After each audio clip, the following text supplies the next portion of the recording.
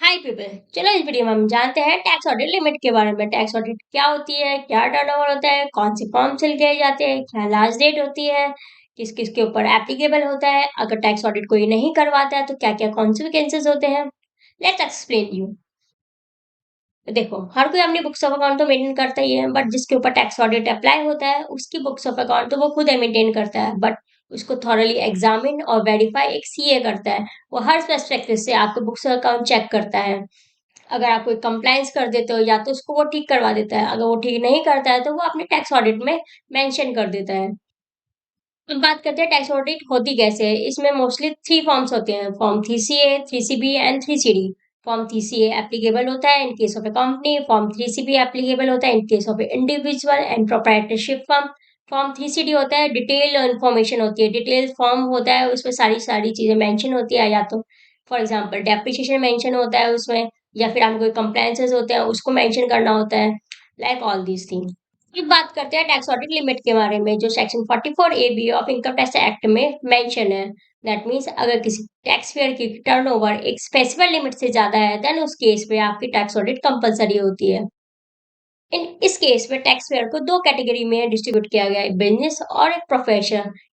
Other than business और other than profession में tax audit नहीं होगा, सेक्शन 44 AB एप्लीकेबल नहीं होता है।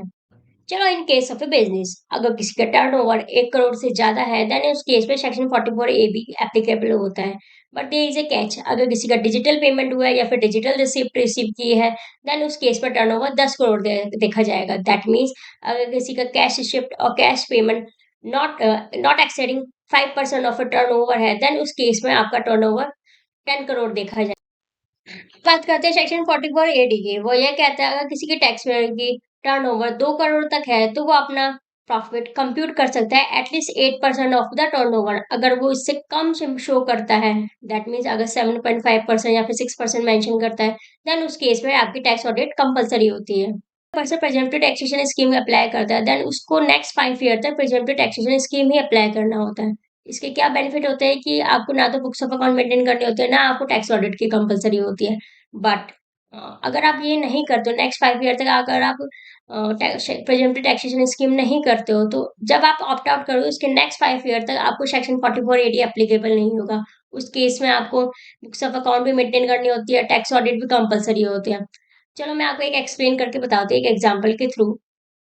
तो मतलब अगर आपने सेक्शन 44 AD अप्लाई किया फॉर 21-22 में, बट नेक्स्ट ईयर आपने 22-23 में आपने 44 AD अप्लाई नहीं किया, तो दैट मीन्स 22-23 में नहीं किया तो 23 से 24 टू 27 टू 28 तक आपका टैक्स ऑडिट कंपलसरी होगा और आपको बुक्स ऑफ अकाउंट्स भी मेंटेन करना होगा।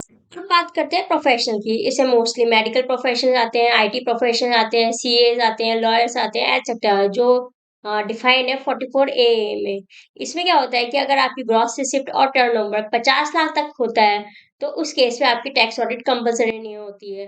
बट इसमें दो सिनेरियोज होते हैं, अगर आपका टर्नओवर और ग्रॉस रिसिप्ट 50 लाख तक है, बट आप अपना प्रॉफिट 50% से कम दिखाते हैं, देन इस केस में ऑडिट कंपलसरी होती है।